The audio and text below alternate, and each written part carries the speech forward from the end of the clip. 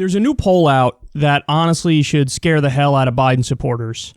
It's from ABC News and The Washington Post, and here are the results. While trailing Trump by 29 points in high-level enthusiasm, Biden makes up some of the difference with those who are somewhat enthusiastic, but he still trails Trump by 12 points in the combined measure, 74 versus 86. So you can see the chart there.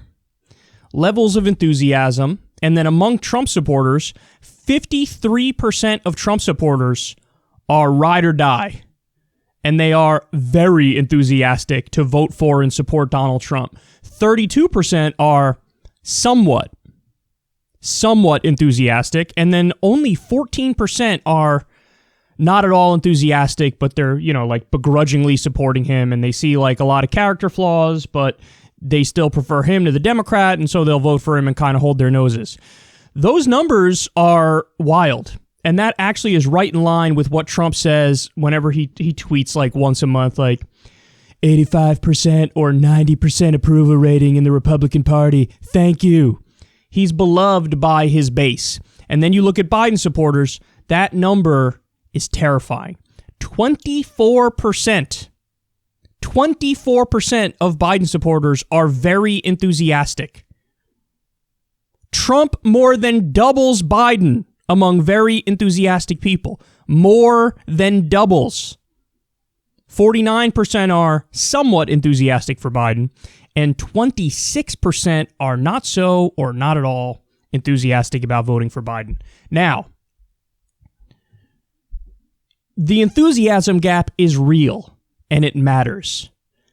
However, it's possible that maybe it doesn't mean as much as we think it means, because there's certainly a hell of a lot more enthusiasm for Bernie Sanders in the Democratic primary, and look at the results right now. So it's possible that the dynamic of Biden's default support carries him over the finish line, but you're lying to yourself if you think this isn't a strike against Biden and a bad omen. So, some more information on this. The same thing happened with Hillary. 32% were very enthusiastic in September of 2016, and Biden is 8 points under that. You know who else had very low enthusiasm? McCain and Romney. What do all those people have in common? Hillary Clinton, John McCain, Mitt Romney. What do they all have in common? That's right. None of them won. None of them became president. So, listen, this is some scary evidence against Joe Biden. Now, I will say this, though. Nobody knows what's going to happen. If you watch this show, I've said a million times that I think Trump is going to destroy Biden. I've said it a million times. But there's always an asterisk. There's always a caveat that's subject to change depending on what happens with the economy and what's happening in the country. And guys, we have a pandemic right now and we have a market crash right now. So, those are two things that really change the nature of that prediction of mine. And I've been saying in recent times, that's all out the window. Now flip a coin. I don't know who's going to win. You don't know who's going to win.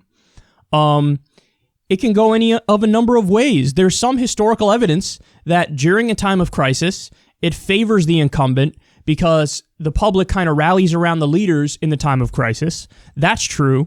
But then there's also evidence that when stuff is happening in the country that's negative and deleterious and hurting people, that hurts the incumbent.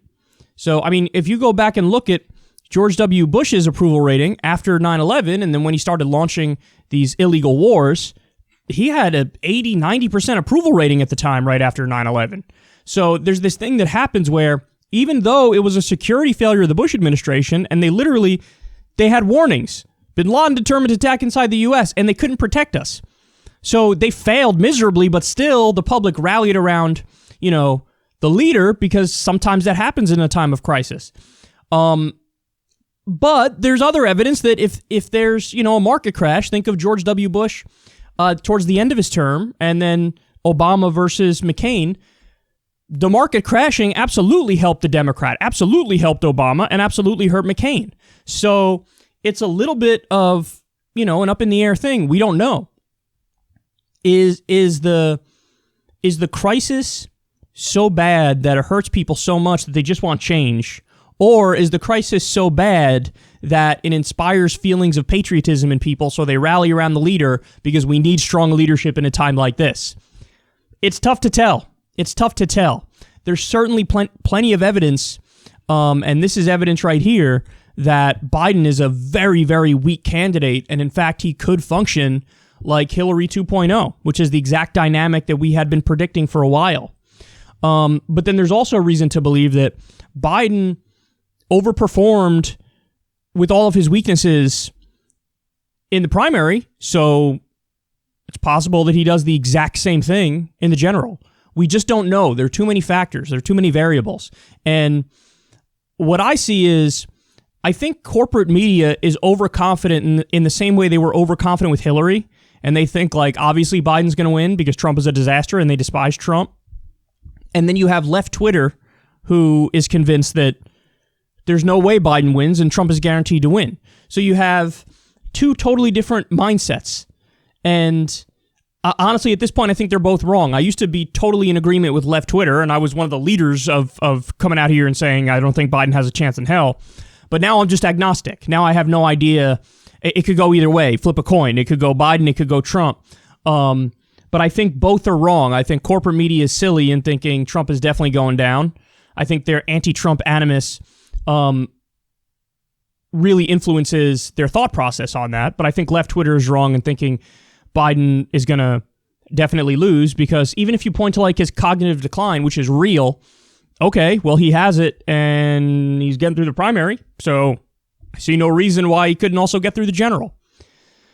So, and just so you know, Biden has historically had to do the least amount to win of anybody I could think of. I mean, the fact that he literally didn't campaign in many of the Super Tuesday states and he cleaned up on Super Tuesday, that tells you that default support dynamic is real. And there is, on the Democratic side, a dynamic of, I'm anti-Trump, give me anything but Trump, and I'll go vote for it, regardless of if I like it, don't like it, whatever. So, if that dynamic holds, then Biden can win despite these red flags. But, again, you're lying to yourself if you think this isn't a red flag. Biden is lagging behind Hillary at this point in the 2016 race in every metric. Every metric. I'm going to repeat that. Biden is lagging behind Hillary at this point in the race in every metric. She had like a 7 to 10 point lead, and Biden right now has a 2 to 3 point lead nationally on Trump.